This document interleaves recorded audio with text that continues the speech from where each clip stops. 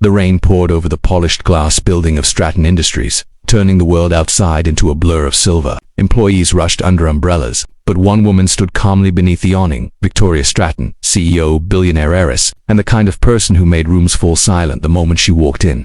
Her heels clicked sharply as she paced, glaring at the massive luxury company car parked in front of her, a custom-built European model worth more than most houses. And today, it had the audacity not to start. Unbelievable, she snapped, slamming the door. I have a board meeting in 30 minutes. Her assistant hovered nervously. Ma'am, the mechanic from the garage just arrived. Victoria turned, expecting some polished professional. Instead, she saw a young black man in a grease-stained jacket, hands calloused, boots muddy from the rain. He pushed back his hood, and a pair of calm, intelligent eyes met hers. Ma'am, he said with a nod. Name's Jordan. You called for engine trouble. Victoria's lip curled. This is a custom quantum hybrid system, she said. Not some junkyard pickup. Are you sure you're qualified? Jordan didn't flinch. I'll do my best. May I take a look? She scoffed. Fine, impress me. He opened the hood. Steam hissed upward like a wounded animal. Victoria crossed her arms. You have 10 minutes. Jordan didn't seem bothered. He inspected the wiring with practiced patience, running his fingers gently along the engine casing like a doctor checking a pulse. One of the board members, Harrison, leaned in and smirked at Victoria. Didn't know we were hiring street mechanics. He whispered. Victoria laughed, a sharp, dismissive sound. Please, if he can fix this engine, I'll marry him. She meant it as a joke. Everyone laughed out except Jordan. He paused, looked up at her, and smiled, a soft, confident, almost knowing smile. Well, he said, let me get to work then. Gasps rippled through the group. Victoria flushed. That was sarcasm. Fix the car. Don't flirt. Not flirting, he said. Just taking you at your word. Jordan reached into his toolbox, pulled out a small diagnostic device of his own design, a hand-built piece of equipment that looked too advanced for someone who worked in a cramped repair garage on the edge of town. He connected it to the car's power system, tapped a few buttons, and a stream of data flashed across the screen. Victoria frowned. What? Is that something I built? He said simply. Your model has a flaw in the power-to-torque conversion. I've fixed 3 of these already. Victoria stiffened. These models haven't even hit the public market yet.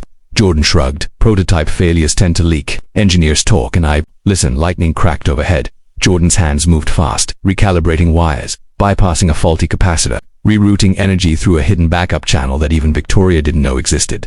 Within minutes, he lowered the hood. Try it, he said.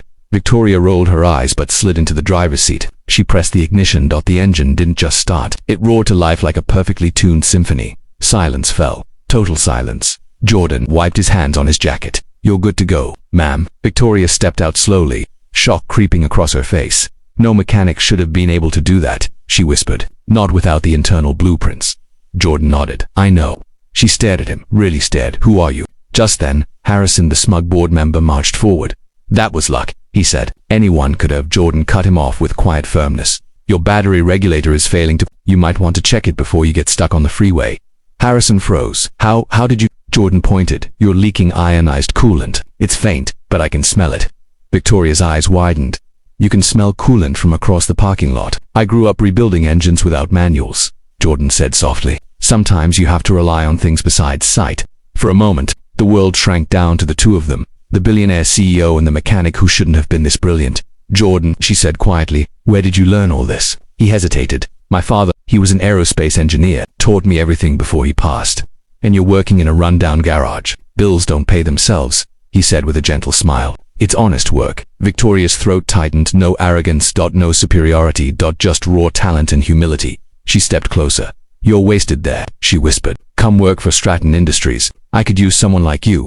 Jordan shook his head. I appreciate it. But no, she repeated, stunned. Why not? Jordan glanced at the building behind her. Cold, towering, filled with people who had mocked him just minutes earlier because respect shouldn't come only after I've proven myself. I don't want to work where people look at my skin or my clothes before they look at my mind.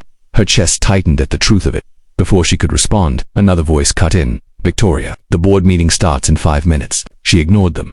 What do you want then? She asked softly. Jordan hesitated, then spoke. I want to build my own engines. The kind my father dreamed of. Clean energy systems that don't break the planet. She stared at him, breath caught. You want a company? No, he said. I want a chance. Victoria looked at him, really looked, and something inside her shifted. I can give you that, she whispered. Not because I pity you, because you're the smartest engineer I've ever met. Rain softened around them, turning the air silver. Jordan smiled, a real one this time.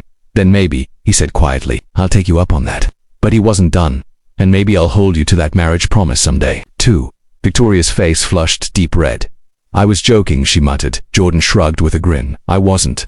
Her heart skipped. Months passed. Jordan joined Stratton Industries not as a mechanic, but as lead innovator of advanced energy systems, and within weeks he revolutionized the division, patents, breakthroughs, designs that major universities couldn't even dream, that board members who once laughed now whispered his name with awe, but one person whispered it with something else. Victoria. She found herself seeking him out not as a CEO, but as a woman slowly falling for someone she never expected. One night, after he presented a design that could power an entire city block on zero emissions, she approached him on the rooftop balcony. You changed everything, she said softly. Jordan leaned against the railing, the city lights reflecting in his eyes. So did you, he replied. Jordan. She hesitated. About that marriage joke. He turned to her, expression warm. You don't have to explain, he said. You were frustrated, and I was bold and right, she whispered. He blinked. She stepped closer. You meant it, and I think I do now too. Jordan swallowed hard. You what? She looked him in the eyes. No power, no ego, just truth. I think I could love you. Jordan exhaled like he'd been holding his breath for months. Then marry me, he said quietly. Victoria laughed a soft, trembling laugh. You don't even have a ring. Jordan slipped something from his pocket. A small silver washer, polished, engraved with his initials and hers. Made it in the shop, he said shyly. It's simple, but it's real. Tears gathered in her eyes. She held out her hand. It's perfect. He slid it onto her finger, and in the quiet glow of the city, she kissed him, the billionaire CEO, and the mechanic who fixed more than her engine. He fixed her heart, and she fixed his future. Moral of the story: never judge someone by their job or appearance. Talent, love, and greatness often come from the people the world overlooks, and sometimes, the right person can fix your life in ways you never saw coming.